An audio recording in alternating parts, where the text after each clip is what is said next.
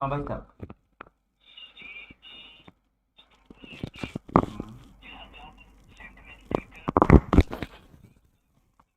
ठीक है। अच्छा अच्छा, ठीक है ठीक। अच्छा अच्छा अच्छा अच्छा, ठीक ठीक ठीक ठीक ठीक। मैं क्लास में हूँ, मैं फिर बता दूंगा आपको ना। ठीक ठीक, ओके ओके भाई।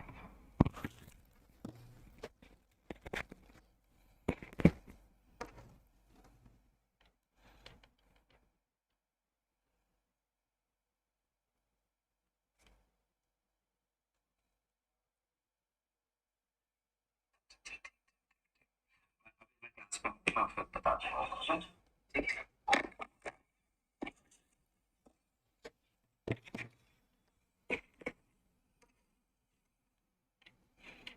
हाँ जी भाई साहब, क्या हाल चाल बच्चा पार्टी, सब चकाचक।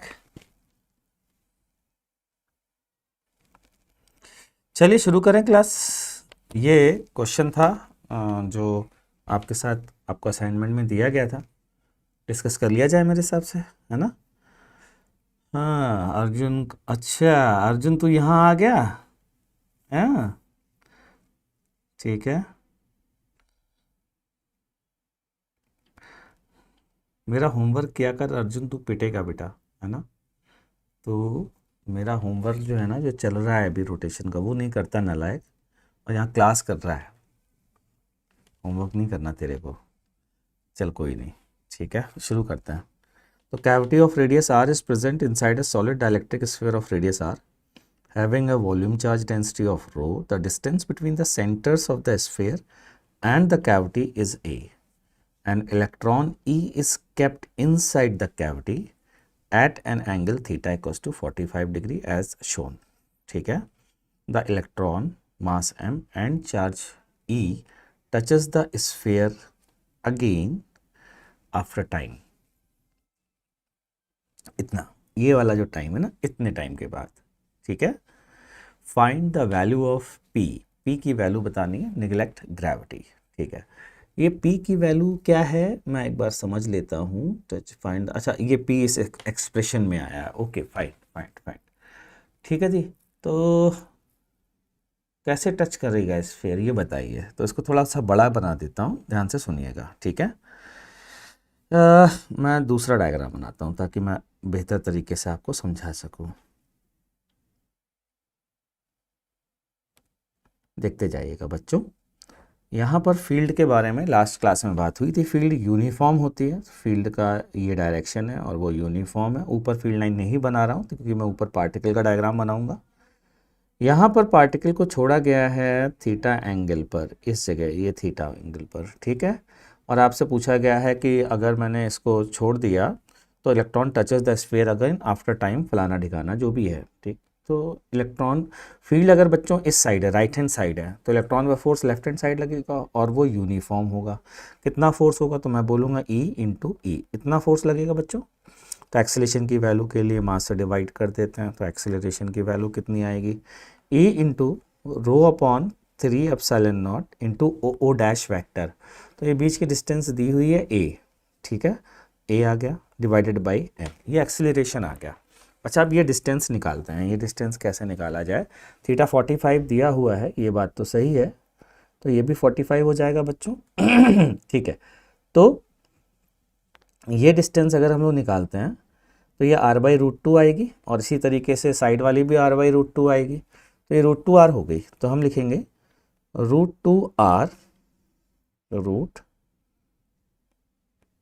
√2r equals to half E rho A upon 3 epsilon naught m into T square.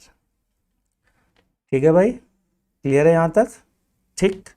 अच्छा अब यहाँ से टाइम की वैल्यू निकाल लेते हैं। टाइम की वैल्यू क्या आ रही है जरा देखते हैं भाई, 1 मिनट रुकिएगा जरा बच्चों।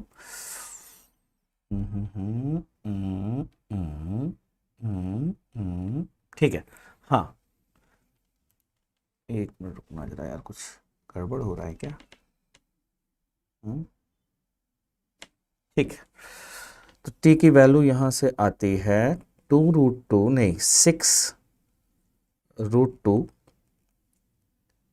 m 6√2 m epsilon not r को इन्होंने क्या दिया है बच्चों, स्मॉल r, ठीक है, स्मॉल r एप्सिलॉन नॉट आ चुका है upon e a rho to the power half, यानी कि p की वैल्यू कितनी हो जाएगी, p की वैल्यू हो जाएगी 6। क्लियर है बच्चों, ठीक। चलिए आगे बढ़ते हैं हम लोग और आगे की चीज़ देखते हैं जो मैंने आपको लास्ट क्लास में मतलब जो क्वेश्चन दिए थे उस पर नेक्स्ट क्वेश्चन देखिए क्या है। A positively charge sphere of radius r not carries a volume charge density row E. A spherical cavity of radius r0 by 2 is then scooped out and left empty. What is the direction and magnitude of the electric field at point B? ये B पर electric field पूछ रहा है।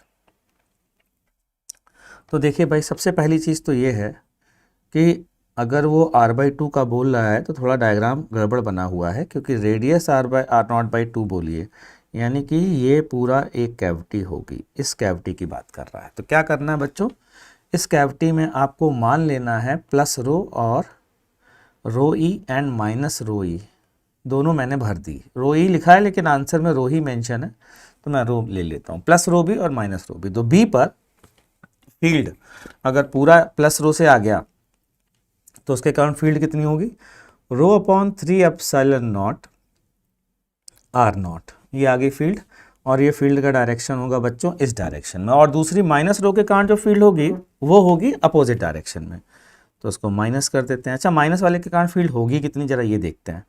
तो इसके लिए मैं एक अलग से डायग्राम बनाता हूँ, ध्यान से सुनना। ये एक स्फीयर और ये है वो कैविटी जिसकी मैं बात कर रहा था, ठीक है।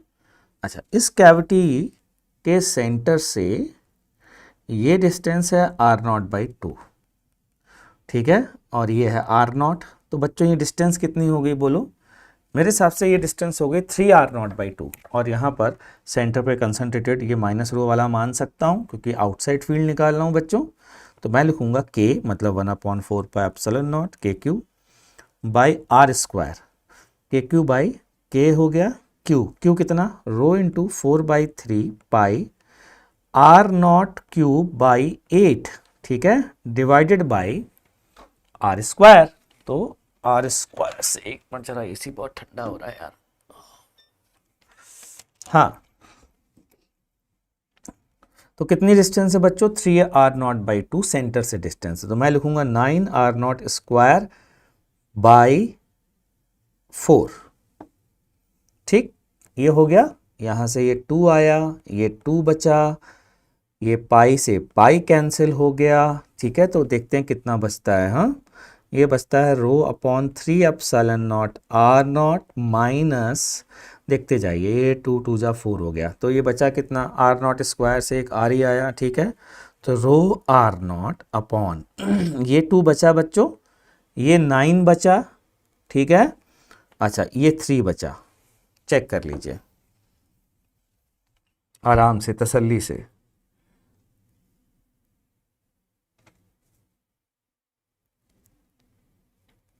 ठीक, तो ये बचा कितना, ये आया ये 2 बचा है ना, हाँ ये वाला 2 बच गया है अभी, तो 2 बचा, ये 9 बचा, ये 3 बचा, तो 27 इंटू 2, तो 27 इंटू 2 कितना हुआ, 27 इंटू 2 54, तो ये मैं लिखूंगा 54 एप्सिलॉन नॉट, ठीक। तो ये आया कितना, इसको मैं देखूं कितना आएगा,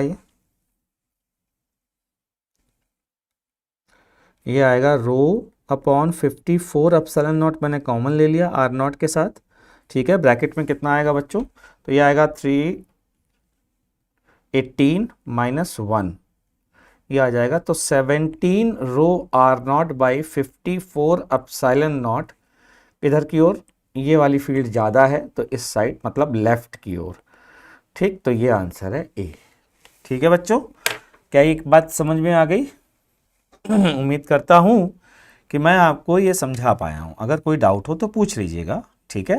मैं आगे बढ़ता हूँ। ये क्वेश्चन भी बहुत बढ़िया बढ़िया क्वेश्चन डाले हैं यार, मतलब थैंक्स टू सर जो असाइनमेंट बना रहे हैं, बहुत तहे दिल से धन्यवाद उन सर का, बहुत अच्छा असाइनमेंट बना रहे हैं और मैं बहुत खुश हूँ। मतलब जो वाकई में बच्चे को प्रैक्टिस के लिए चाहिए एग्जैक्टली वो वही दे रहे हैं जो प्रैक्टिस के लिए चाहिए, मतलब बहुत क्लोजली वो वॉच कर रहे हैं वीडियोस को और उसके बाद दे रहे हैं, तो मैं उनका तहे दिल से शुक्रगुजार हूँ सर का।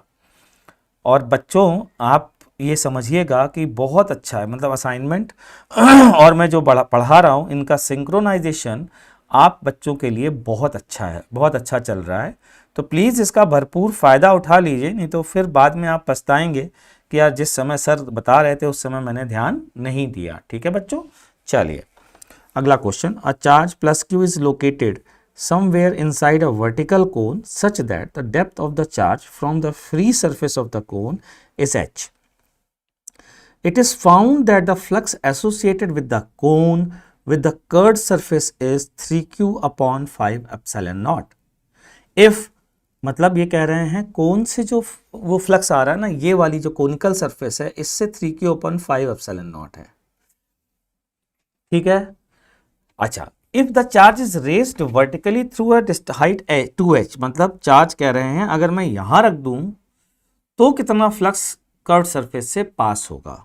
क्वेश्चन समझ में आया बच्चों?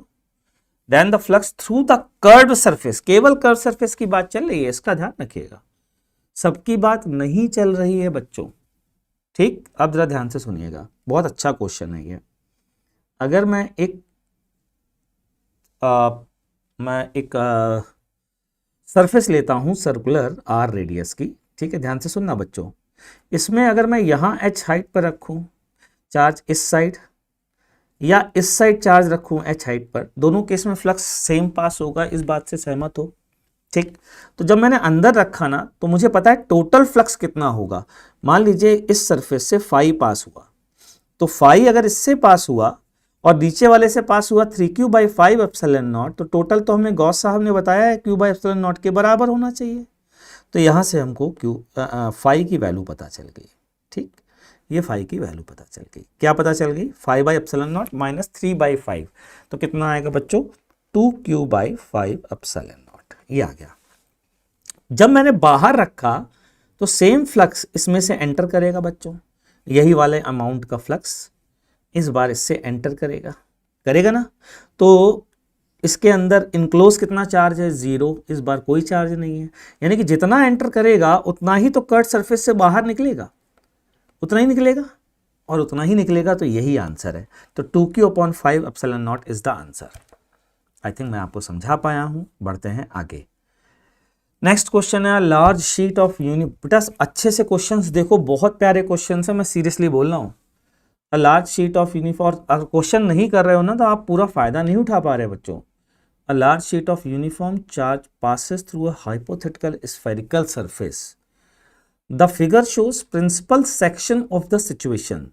The electric flux through the spherical surface. ये कह रहे हैं ये वाली जो सरफेस आपको दिख रही है ना बच्चों, ये एक हाइपोथेटिकल सरफेस है, लेकिन ये एक प्लेन है, ऐसे दीवार मान लीजिए एक वॉल है। ठीक है, अब एक स्फीयर अगर इस दीवार से पास होता है तो यहां पर जो ये कट करेगा ना, ये पार्ट, ये वाला पार्ट जो ये कट करेगा, ये वाला बच्चों, ये एक डिस्क होगी। ये चीज जो प्लेन का हिस्सा ये कट करेगा वो एक डिस्क होगी स्मॉल r रेडियस की, और वो स्मॉल r आप बता भी सकते हैं पाइथागोरस से, r² माइनस x²। ठीक है, तो उसके अंदर स्फीयर के अंदर जो हिस्सा छुपा है उसका गॉस लॉ के हिसाब से नेट फ्लक्स में पार्टिसिपेशन होगा q/एप्सिलॉन नॉट, और q की वैल्यू हम लिखेंगे sigma into area. Sigma into area कितना? πr²। और क्या हम निकाल चुके हैं बच्चों? i की वैल्यू, r की वैल्यू क्या है? डाल दीजिए r² माइनस x²। तो πr² minus x² sigma upon epsilon not, this is the answer. ठीक, बढ़िया, आगे बढ़ते हैं। जो लास्ट क्लास में हम पढ़ रहे थे अब वहाँ से हम शुरू करते हैं, लेकिन साथ ही साथ हम आपको कुछ और पहले पूछेंगे। इस क्वेश्चन पर हम बाद में आएंगे बच्चों। ठीक है, मेरा मन नहीं कर रहा, ऐसे ही मेरा मन नहीं कर रहा। ठीक है, क्वेश्चन पे उससे, क्योंकि एक चीज़, एक बहुत इंपॉर्टेंट क्वेश्चन था जो मुझे डिस्कस करना है, पहले वो कर लेता हूँ, और स्फेरिकल के केस में ही करना है। तो एक क्वेश्चन दे रहा हूँ, पेन और पेपर अपना निकाल के बैठो, नहीं तो मेरी क्लास करने का कोई फ़ायदा नहीं है लाइव। तो क्वेश्चन वह ये है बच्चा कि ये एक स्फीयर है, ठीक है, और ये स्फीयर है कैपिटल आर रेडियस का। ठीक। इस स्फीयर में अभी तक जो हमने काम किया था, कैविटी ली थी, यूनिफॉर्म चार्ज लिया था, बहुत सारे नाटक किए थे ना, मैं हाथों हाथ मैं चाहता हूं कि एक क्वेश्चन आप भी करें। इस बार क्या है बच्चों, ये सॉलिड स्फीयर है, sphere having variable charge density, variable charge density. क्या है वो चार्ज डेंसिटी? रो बराबर rho naught 1 minus small R by capital R. जाहिर सी बात है आर हमेशा आर से छोटा है, और आर है क्या? Distance from centre, distance from centre. ठीक बच्चों। ओ क्वेश्चन है find EFI, electric field intensity. EFI का मतलब इलेक्ट्रिक फील्ड या electrostatic field intensity at a distance O, at a distance small r या x small r from O। ठीक। पहला case RS less than R, दूसरा case RS greater और equal than R। चलिए शुरू हो जाइए। Nutri education sir, could you tell test series for NACP prep. यही मैं टेस्ट सीरीज ला रहा हूँ अनअकैडमी के प्लेटफॉर्म पर। जल्दी आपको पता चल जाएगी। 5 मॉक टेस्ट की सीरीज ला रहा हूँ, 5 मॉक टेस्ट होंगे फॉर NACP। ठीक है, आप निश्चिंत रहिए। 25 सितंबर को पहला मॉक टेस्ट मैं शुरू करा दूंगा, तो आप तैयारी करिए जम करके और उस टेस्ट सीरीज में पार्टिसिपेट करिए। ठीक है ना। ये क्वेश्चन करिए अभी, तो फिलहाल देखते हैं कितने लोग कर पाते हैं, देखते हैं किसमें है कितना दम।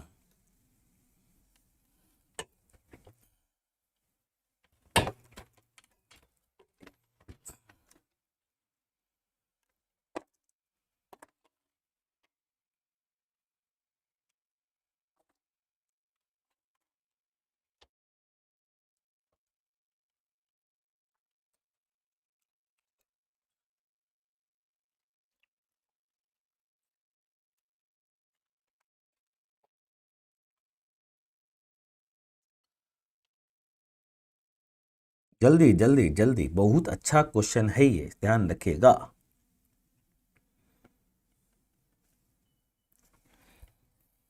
इसमें एक गलती भी करते हैं बहुत सारे लोग, पता है, वो गलती मत करना।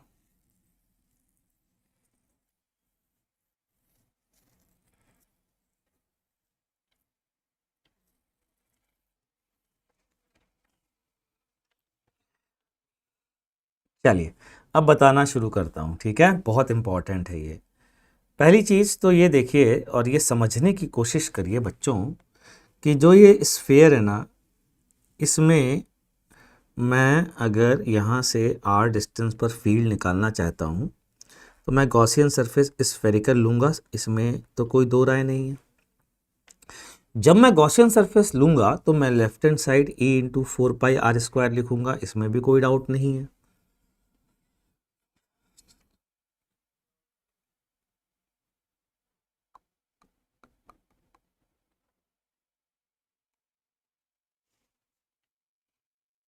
ठीक है, left hand side E into 4πr² आएगा, equals to charge inside this sphere. अब इसमें कुछ लोग गलती क्या करते हैं बताता हूँ। वो क्या करते हैं, वो कहते हैं सर देखिए यहाँ डेंसिटी लिख लीजिए 1 माइनस r/r इंटू जो इसके अंदर का वॉल्यूम है 4/3πr³ कर दीजिए और एप्सिलॉन नॉट कर दीजिए, जो कि गलत है। अब क्या गलती है इसमें, गलती क्या है ये बताइए।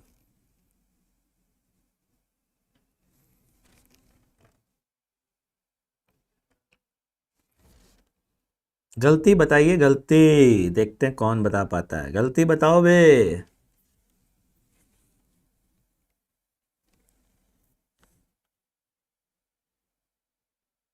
क्या कर रहे हो यार, गलती नहीं बता पा रहे हो यार तुम लोग, हो भी या बस ऐसे ही बस वीडियो ऑन करके बैठ गए हो।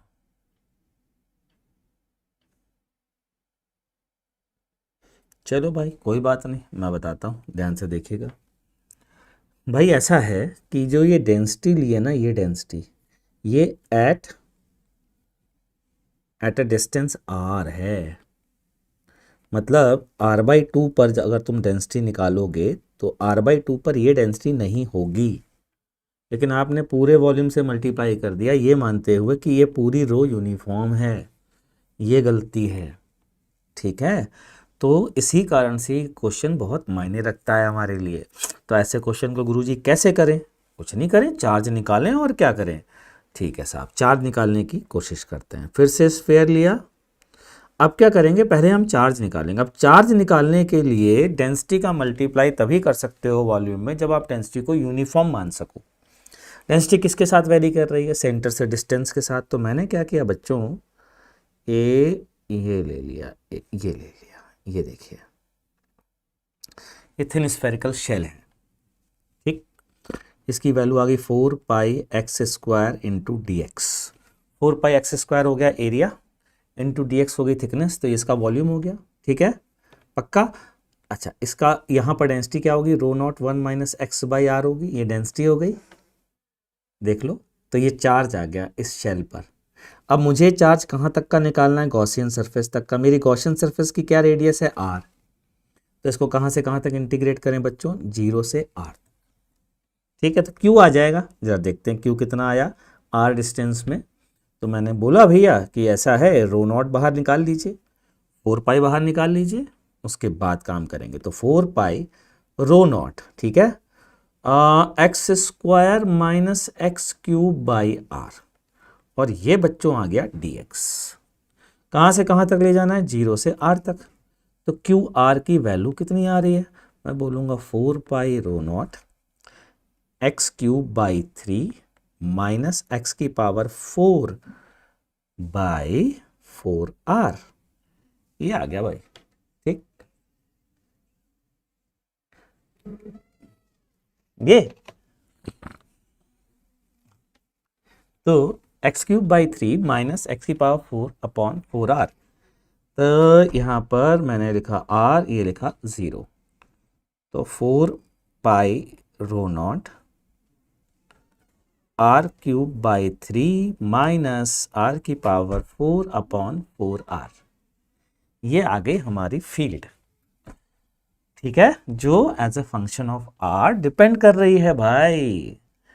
मतलब इस फील्ड के बारे में अगर मैं बात करूं तो ये फील्ड कहीं पर, इस फील्ड का मैक्सिमा भी आ सकता है। सोचो, कहीं तो आएगा इस फील्ड का मैक्सिमा।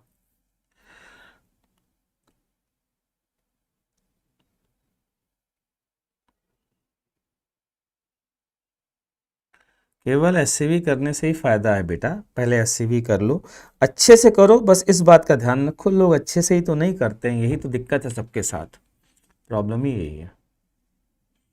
ठीक है बच्चों, क्या ये समझ में आ गई है बात मेरी? मैं इसको और बेहतर तरीके से लिख दूँ, 4π ρ0, ठीक है, 1/3 यहाँ लिख देता हूँ r³ माइनस r/4r। कुछ लोग कहते हैं सर रे तो इलेक्ट्रिक फील्ड जीरो हो सकती है। अरे भैया, जीरो जो है ना, जीरो जो है वो तब होती जब हम r को r से बढ़ा लेते। जीरो करने से कितना आ जाएगा? 4r/3 आ जाएगा, which is greater than r है यार।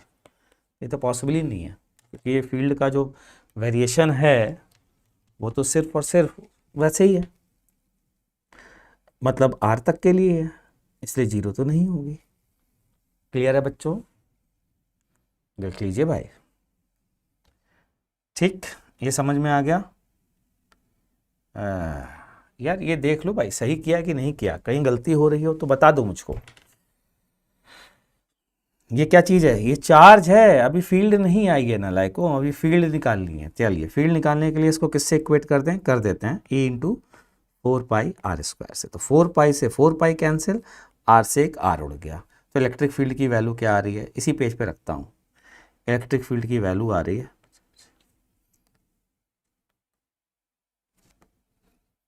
इलेक्ट्रिक फील्ड की वैल्यू आ रही है ρ0, और इसको अपॉन ε0 करेंगे। ρ0 अपॉन ε0 r 1/3 माइनस r/4r। चलिए, आयुष्मान इसका मतलब पढ़ रहा है, ये अच्छी बात है। ठीक, ये चार्ज था, फील्ड नहीं थी। हालांकि इसको मैंने जो जीरो करने की बात कही थी, फील्ड में भी चूंकि वही एक्सप्रेशन आ रहा है तो वो बात फील्ड के लिए भी सही है जो मैं कह रहा था। ठीक है, तभी आगे बढ़े बच्चों। इसका एक बार ग्राफ ड्रॉ करें, इलेक्ट्रिक फील्ड का वर्सेस आर। ठीक है, एक बार ग्राफ ड्रॉ करते हैं, चलो देखते हैं ग्राफ क्या आएगा। मैं वापस से इसको लिखता हूँ। हाँ, मैं लिखता हूँ ई बराबर, हमारा आया है एक्सप्रेशन ई बराबर rho naught upon epsilon naught R 1/3 minus R upon 4r। ठीक है, ये आया। इसको आप ना क्वाड्रेटिक की तरीके से सोच सकते हैं। ये क्या आएगा बोलो बच्चों, ये होगा r/3 और ये आएगा 1/4r r स्क्वायर। तो ये क्वाड्रेटिक की इक्वेशन बन रही, मतलब पैराबोला बनेगा ग्राफ में। ठीक है, और पैराबोला कॉनकेव डाउनवर्ड बनेगा। एक रूट होगा उसका r बराबर 0 और दूसरा रूट जो है वो तो अभी देख रही था 4r/3 पर आ रहा था, लेकिन वहां तक तो ये जाएंगे नहीं भाई साहब, इनका बीच में कहीं ना कहीं मैक्सिमा आ गया होगा। चलिए कहाँ मैक्सिमा आया होगा ये देखते हैं, है ना। आप चाहें तो क्वाड्रेटिक से सोच लें और या डिफ्रेंशिएट करके 0 कर दें। अगर डिफ्रेंशिएट करके 0 करेंगे तो आएगा 2r/4r बराबर 0। ठीक है, तो यहाँ से बच्चों वैल्यू आती है r बराबर 2r/3। तो बच्चों 2r/3 पर इस पैराबोला का मैक्सिमा आएगा। ठीक, और उसके बाद 2r/3 हो गया, ये बचा r/3, तो r/3 तक ये और चलेगा। ठीक है, उसके बाद क्या होगा, ये आ जाएगा r इक्वल्स टू r। और बाहर फील्ड कैसे वेरी करेगी, तो बाहर तो जब तुम वेरी कराओगे भैया तो शेल थ्योरम 2 याद करिए, चाहे यहाँ स्फीयर बनाइए चाहे यहाँ स्फीयर बनाइए, चार्ज तो उतना ही होगा जो आप निकाल चुके। तो इसका मतलब ये पॉइंट चार्ज की तरह 1/r² की तरह वेरी करेगा। तो मतलब ये वाले रीजन में तो KQ/r² फील्ड ही होगी। तो ये शानदार सा ग्राफ आप समझ गए होंगे, उम्मीद करता हूँ आपको समझ में आ गया होगा। कोई डाउट हो तो पूछ सकते हैं, ठीक है, वरना हम तो चलते हैं अगले क्वेश्चन पर जो मैंने आपको दिया था। और वो क्या दिया था बच्चों, लीनियर चार्ज। ठीक है, तो आते हैं EFI due to linear charge density infinite long. तो भैया ये इनफाइनाइट लॉन्ग लीनियर चार्ज है जिसकी चार्ज डेंसिटी है लैम्डा। तो इसकी कारण से फील्ड अगर देखें बच्चों तो कैसी होगी, सिलेंड्रिकल। ये मैंने जो बनाई है ना, ये बनाई है ऐसी और ऐसी, ऐसी और ऐसी, यूं और यूं, ये बना जरूर रहा हूं। सर मुझे जो डाउट्स आ रहे हैं उनके लिए मैं क्या करूं, भाई अपने सर से पूछिए, जो भी आपके सर हैं, क्योंकि इसमें मेरे लिए हेल्प करना थोड़ा मुश्किल है।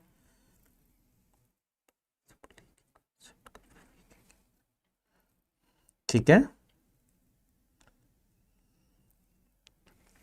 और ये भी कर सकते हैं आप कि अपने डाउट्स जो हैं वो MB सर सपोर्ट करके टेलीग्राम चैनल है, आप उस पर डाल सकते हैं। मतलब वो चैनल है और जो जिसमें मैसेज डाले जा सकते हैं, आप उस पर कंसर्न अपना रेस कर दीजिए, डाउट आपको बताया जाएगा। तो बच्चों ये फील्ड लाइंस जो मैंने बनाई है ना, ये कैसी हैं ज़रा बताता हूँ। यहाँ से देखने पे तो केवल 2 ही दिख रहे हैं, लेकिन एक्चुअल में क्या है, अगर आप इसको ऊपर से देखोगे तो टॉप व्यू अगर ऊपर से देखते हैं तो पता क्या दिखेगा, ऐसा दिखेगा ये। ठीक है ना भाई, तो अगर 3D डायग्राम बनाते हैं तो ये मान लीजिए एक प्लेन इमेजिन कर लीजिए आप, ये फील्ड लाइंस जो है ना ऐसी हैं, एक्सिस के परपेंडिकुलर और radial in a plane, radial in plane perpendicular to axis, ऐसी फील्ड्स हैं। बुक कौन सी फॉलो करनी है, कोई नहीं भाई, NCERT और SCB जिंदाबाद। ठीक है बच्चों, चलिए अब जरा गॉस लॉ लगाएं। हर पॉइंट पर फील्ड ऐसी होगी, तो हमें एक ऐसी सरफेस चाहिए जिस पर E A वेक्टर दोनों एक डायरेक्शन में हो, E का मैग्नीट्यूड सेम हो सरफेस के हर पॉइंट पर, या फिर कुछ पॉइंट पर E आए ना, या यूं कहें कि E A वेक्टर के परपेंडिकुलर हो तो डॉट प्रोडक्ट 0 हो जाए। तो मेरे दिमाग में आया कि क्यों ना हम लोग इस इनफाइनाइट वायर के अराउंड एक सिलेंडर ले लें बच्चों, ये एक सिलेंडर ले लें। कि सर फ़ायदा बताइए। देखिए फ़ायदा बताता हूँ सिलेंडर लेने का। क्योंकि इसका हर पॉइंट यहाँ से r डिस्टेंस पे है, तो हर पॉइंट पर E वेक्टर और A वेक्टर, हर पॉइंट पर E वेक्टर और A वेक्टर का डायरेक्शन सेम है। पहली चीज़, अपने कौन सी बुक पढ़ी है सर? आपने कौन सी बुक पढ़ी है? अरे बच्चा देखो अशोक, इस बात को समझो। आप लोगों का काम है जैसे पढ़ना ना, वैसे हमारा काम है पढ़ाना। तो हम लोग क्या करते हैं, हम एक किताब से नहीं पढ़ते बेटा, हमने बहुत सारी किताबों से पढ़ी। कई बार तो हमको एक छोटी सी चीज़ के लिए पूरी पूरी किताब पढ़नी पड़ जाती है। तो उस चक्कर में मत पढ़िए कि टीचर आपके क्या पढ़ते हैं, क्योंकि वो तो बहुत सारी किताबें हैं। तो आप सबसे अच्छा तरीका क्या है, हमने इतनी सारी किताबों से एक एक लाइन पुट निकाली है, वो किसके लिए निकाली है? हमने तो आपके लिए निकाली है ना। तो बस हमारे नोट्स पर विश्वास रखें और वही पढ़ें। हमारे का मतलब सारे टीचर्स के लिए ये बात लागू होती है। तो भैया ये हमने लिया, एक कंडीशन पूरी हो गई कि ये वाली सरफेस पे हर पॉइंट पर E और A वेक्टर पैरेलल है और E का मैग्नीट्यूड सेम होगा, क्योंकि सारे पॉइंट के डिस्टेंस वायर से सेम है। लोग कहेंगे कि यार इसको क्लोज सरफेस को में गॉस लॉ लगता है, तो ऊपर वाली और ये भी क्लोज होनी चाहिए। सर इस सरफेस के बारे में आपका क्या ख्याल है? मगर इस सरफेस के बारे में दूसरी वाली कंडीशन फुलफिल हो रही है, जिसमें E आएगा ही नहीं। कि कैसे? कि A वेक्टर तो ये है और E वेक्टर तो अभी अभी हमने शो किया कि कैसा होता है, एक प्लेन में रेडियल होता है, तो बीच का एंगल बोलिए 90 डिग्री। यहाँ पर भी बीच का एंगल बोलिए 90 डिग्री। तो इन दोनों से कोई फ्लक्स बाहर निकलेगा ही नहीं। तो सिर्फ किससे निकलेगा? Closed integral E dot D A अगर मैं लगाता हूँ बराबर चार्ज इनक्लोज्ड, अगर लैम्डा चार्ज डेंसिटी है और ये लेंथ मैं L ले रहा हूँ बच्चों, तो lambda into L charge enclose हो जाएगा डिवाइडेड बाय एप्सिलॉन नॉट। ठीक है, चलिए अब क्या मैं कह सकता हूँ, इस सिलिंड्रिकल सरफेस के लिए ऊपर वाला तो जीरो हो गया, ये खड़ा गया भाई, इसको तीन पार्ट में ब्रेक करो। कैसे ब्रेक करो तीन पार्ट में? ये हो गया टॉप, ये हो गया बॉटम, ठीक है, प्लस ये हो गया सिलिंड्रिकल। ये कितना? जीरो, ये कितना? जीरो। ठीक, क्लियर? ये बचा। जब ये बचा तो इसके लिए हम क्या कह सकते हैं? E बाहर ले लीजिए, क्योंकि ले सकते हैं सिलिंड्रिकल सरफेस के लिए। और एरिया इस सिलिंड्रिकल सरफेस का कितना होगा? 2 पाई r l। ये एरिया आ गया, तो lambda L by epsilon not के बराबर। L से L हो गया कैंसिल बच्चों, तो E की वैल्यू क्या आ गई? Lambda upon 2 pi epsilon not r। इसी को हम 2k लैम्डा बाई r पढ़ते आ रहे हैं, आप चेक कर सकते हैं भाई। तो ये फील्ड तो हम पहले भी पढ़ चुके हैं, बस एक बार उसको हम कंफर्म और कर लिया हमने। ठीक है बच्चों, चलिए अब मैं आपको एक क्वेश्चन देता हूँ, देखते हैं आप कर पाते कि नहीं।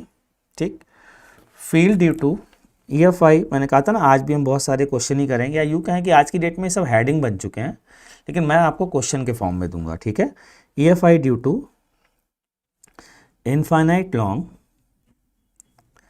Thin cylindrical shell, EFI due to infinite long thin cylindrical shell। ठीक है, due to infinite long thin cylindrical shell. ठीक, चलिए ये हो गया शेल।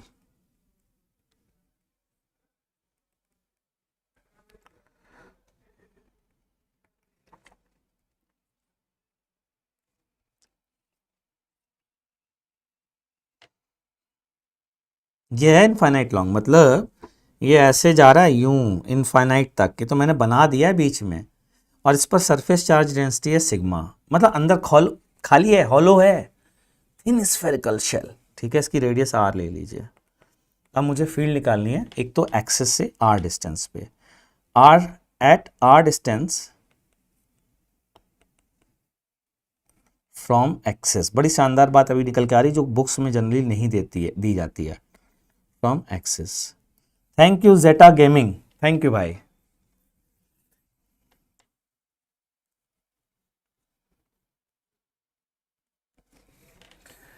सबसे पहले अंदर इनसाइड, ठीक है, तो यहाँ पर मैं एक शेल ले लेता हूँ। अगर यहाँ फील्ड होगी तो रेडियल ही होगी, और सिलेंडर वाली बात जो अभी थोड़ी देर पहले बताई है, तो ये गॉसियन सरफेस ली बच्चों, ये वाली।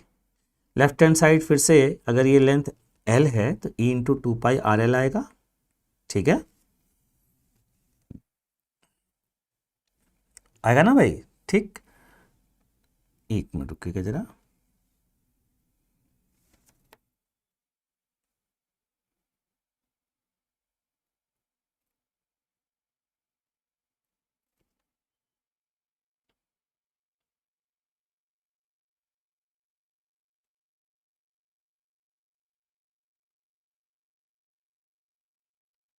चलिए, ठीक। और राइट हैंड साइड क्या होगा, 0, E बराबर 0, ठीक है। एक मिनट बच्चों देना, मुझे कुछ थोड़ा सा वो भी शेयर करना है, एक एक मिनट का मुझे समय दीजिएगा बच्चा, थोड़ा कुछ ज़रूरी काम फंस गया है। ये आया, एक मिनट, ये है,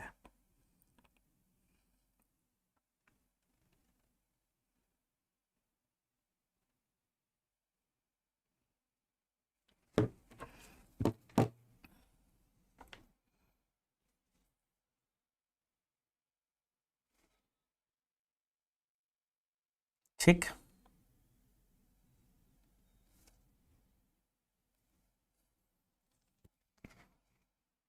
सर मैं अनअकैडमी एसआरजी बैच से हूँ, I really love your videos, Arihant Jaiswal. Thank you बच्चा, थैंक यू। एसआरजी बैच में कौन से बैच में हो बेटा आप? तो at R distance from axis left hand side charge कितना हो गया, 0, तो फील्ड हो गई 0। चलिए बाहर फील्ड निकालते हैं। तो बाहर फील्ड निकालने के लिए क्या करेंगे बच्चों, बाहर फील्ड निकालने के लिए हम ये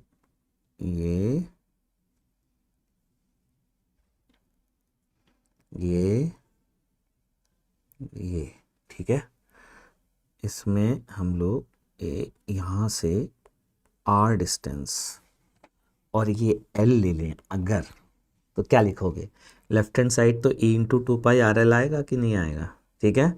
और अंदर जो चार्ज फंस गया, देखना जरा ध्यान से, जो ये चार्ज फंस गया ये सिलेंडर का total Q upon epsilon not, इस Q को निकालें तो वो होगा सिग्मा इंटू इस सिलेंडर का एरिया, वो होगा 2πRL divided by epsilon not. 2π से 2π कैंसिल, E की वैल्यू आती है बच्चों सिग्मा, L भी कैंसिल हो गया, वाह जी वाह, sigma R upon epsilon not R। क्या बात है भाई, क्या बात है, ये आती E की वैल्यू, ठीक है।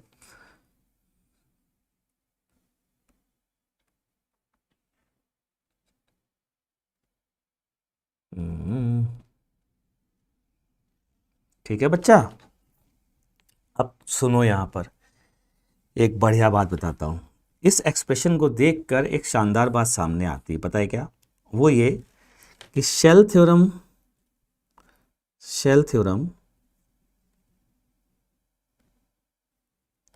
1 and 2 both are also valid for cylindrical shell.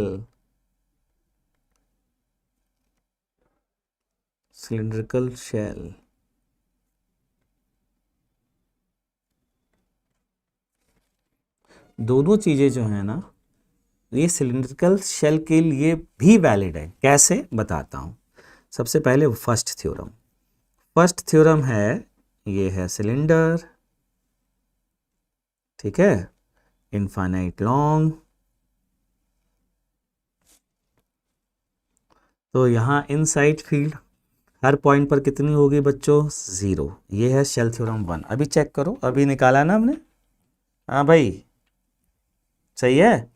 तो 0 अंदर, शेल के अंदर यहाँ पर हर जगह फील्ड की वैल्यू 0। ये है शेल थ्योरम 1। शेल थ्योरम 2 सुनना, बड़ी इंपॉर्टेंट है भाई, डायरेक्ट लगाना, जेई में सीधा एडवांस में क्वेश्चन आ चुका है। शेल थ्योरम 2 ये है कि सिलिंड्रिकल शेल के बाहर फील्ड निकालने के लिए जब आप निकाल रहे थे तो ध्यान दीजिएगा कि जब मैंने ये गॉसियन सरफेस ली थी बच्चों, तो मैंने क्या कहा था, इस सिलेंडर का जितना चार्ज है वो क्यू बाय एप्सिलॉन नॉट में बाहर आ जाएगा, ठीक है। और वो चार्ज कहीं भी मान लो, तो मैं क्या सेंट्रल पे अगर पूरा चार्ज मान लूँ तो चलेगा क्या? मतलब अगर ये टोटल चार्ज मैं इस एक्सेस पे मान लूँ तो भी तो E इंटू 2πr बराबर क्यू बाय एप्सिलॉन नॉट होगा।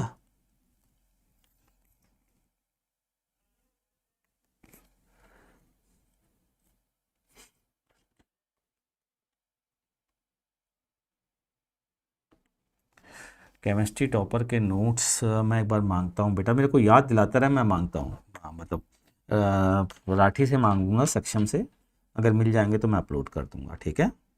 चलिए, E इंटू 2πr बराबर क्यू बाय एप्सिलॉन नॉट, और ये क्यू इसके अंदर एक्सेस पे हो चाहे जहाँ हो कोई फ़र्क नहीं पड़ता।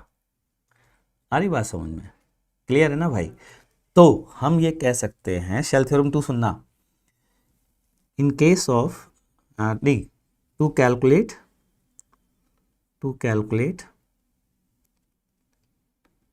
EFI due to thin cylindrical shell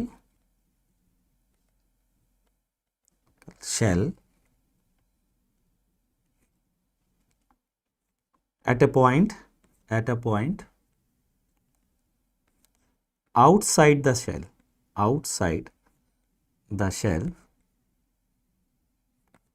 whole charge can be assumed to be concentrated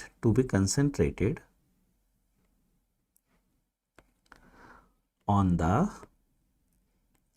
axis of the shell, ठीक है। तो ये है शेल थ्योरम 2 भैया, ये सेकेंड नंबर की थ्योरम है, ठीक है जी। अब हम आगे बढ़ते हैं बच्चों।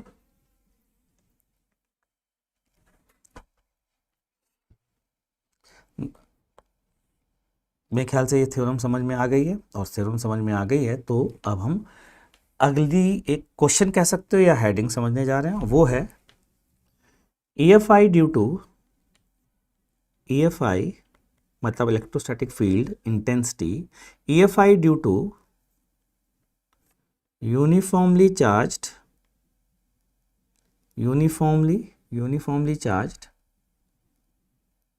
infinite long solid cylinder,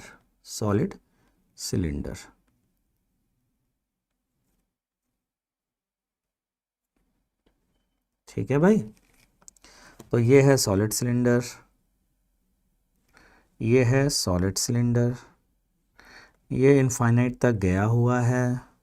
कहाँ तक गया हुआ है? इनफाइनाइट तक गया हुआ है। ये हो गई उसकी एक्सिस, ये है रेडियस r, और डेंसिटी इसकी कितनी है? डेंसिटी है ρ। हमसे पूछा जा रहा है field inside as well as outside. पहले आप कोशिश करिए, फिर मैं बताऊंगा। ऑनलाइन वालों कॉपी पेन लेके बैठा करो, तभी आप इस ऑनलाइन लेक्चर का पूरा फ़ायदा उठा पाओगे।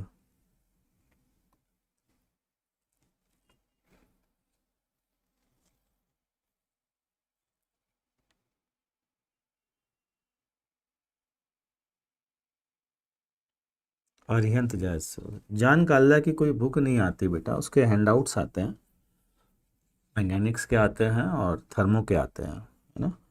तो ठीक है, कोई खास मतलब जेई के से रेलेवेंस उसका ज़्यादा नहीं है, जेई एडवांस से, तो उसके लिए परेशान मत हो। हाँ, अगर आप मतलब INPHO और IPHO की प्रिपरेशन कर रहे हो तो जान काल्दा के असाइनमेंट ठीक रहता है, हैंडआउट्स ठीक है। तो बच्चों ज़रा यहाँ पर वापस आते हैं, है ना, और फील्ड निकालते हैं। तो सबसे पहले ये सिलेंडर लिया, इनसाइड L लेंथ का, R रेडियस का, लेफ्ट हैंड साइड वापस से सारे वही काम, E इंटू 2πRL ही आएगा। वो सारी चीज़ें जो मैंने समझाई हैं स्टार्टिंग में कि एक सिलिंड्रिकल सिमेट्री के केस में 2πRL कैसे आता है, वो बहुत डिटेल में मैंने समझाया है। Equals to charge trapped inside this cylinder that is rho into cylinder का volume πr² L divided by epsilon naught, pi pi, R से एक आर गया, एल से एल कैंसिल, तो ई की वैल्यू बच्चों कितनी आ गई, rho upon 2 epsilon naught into R. ये आ गई कि नहीं आ गई, E equals to rho upon 2 epsilon naught into R. Clear है जी, इतनी बात समझ में आ गई। ये बड़ी शानदार फील्ड है। सॉलिड सिलेंडर के अंदर अगर आपको याद हो तो rho upon 3 epsilon naught R थी, और सॉलिड स्फीयर के केस में सॉलिड स्फीयर के केस में रो अपॉन 3 एप्सिलॉन नॉट थी, और सॉलिड सिलेंडर के केस में रो अपॉन 2 एप्सिलॉन नॉट है। ठीक है, चलिए आगे बढ़ते हैं। अब मैं गॉसियन सरफेस बाहर ले रहा हूँ, ये ले ली गॉसियन सरफेस। ठीक है, ये है एल, ये है आर, स्मॉल आर। तो लेफ्ट हैंड साइड क्या आएगा, शेल थ्योरम भी लगा सकते हो आप। लेफ्ट हैंड साइड आएगा E into 2 pi R L, तो एज इट इज आएगा, equals to charge rho into, इस बार वॉल्यूम जब निकालेंगे ना तो पूरे में चार्ज नहीं फैला है, केवल इतने वाले हिस्से में चार्ज है बस। तो rho into pi capital R square into L हो जाएगा, divided by epsilon naught. Pi से पाई कैंसिल हो गया, एल से एल कैंसिल हो गया बच्चों। तो यहाँ से ई की वैल्यू आती है rho R square upon 2 epsilon naught R. ये है ई की वैल्यू। ग्राफ ड्रॉ करना चाहते हैं तो पहले ग्राफ आएगा लीनियर, अगर मैं डिस्टेंस की बात करूं फ्रॉम द एक्सिस, ठीक है, वर्सेस इलेक्ट्रिक फील्ड, तो कैसा ग्राफ आएगा बच्चों, पहले लीनियर आएगा, सरफेस पे वैल्यू कितनी हो जाएगी, रो upon 2 epsilon naught into capital R हो जाएगी, चेक करके देख सकते हैं आप, और वापस से फिर हाइपरबोलिक।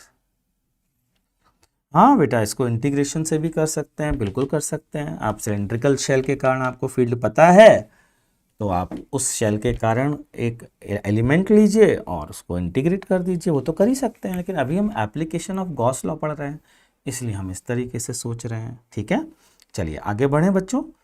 अब है EFI due to, next class में मैं पोटेंशियल स्टार्ट कर दूंगा बच्चों, ध्यान रखिएगा। ठीक है, EFI due to thin sheet, infinite large uniformly charged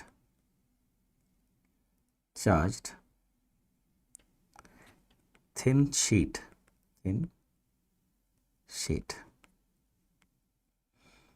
ठीक भाई।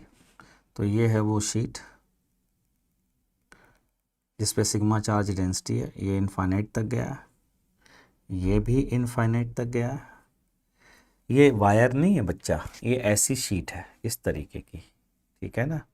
और इस शीट में फील्ड केवल यही हो सकती है और कोई हो नहीं सकती, केवल और केवल ये परपेंडिकुलर हो सकती है, क्योंकि किसी भी पॉइंट पर चारों तरफ से सिमेट्री है ना भाई, तो फील्ड इसी साइड होगी।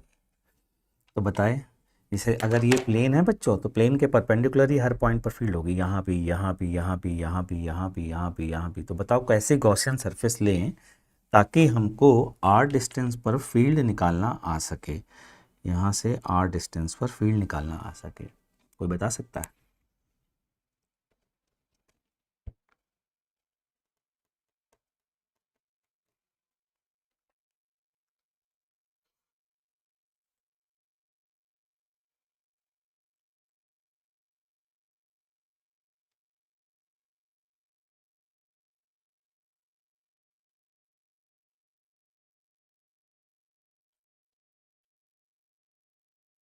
Sir, please tell selective question of pathfinder of rotation. I have completed Erodo of rotation. ठीक है, सिलेक्टेड क्वेश्चन पाथफाइंडर के मैं, यार चक्कर क्या है कि पाथफाइंडर रेलेवेंट नहीं है बेटा, मतलब अगर आप टॉपर बनने के लिए कर रहे हो तो भी एक दो क्वेश्चन ही आए, मतलब उसके रेलेवेंस रखते हैं, लेकिन आपको मेहनत ज़्यादा लगती है।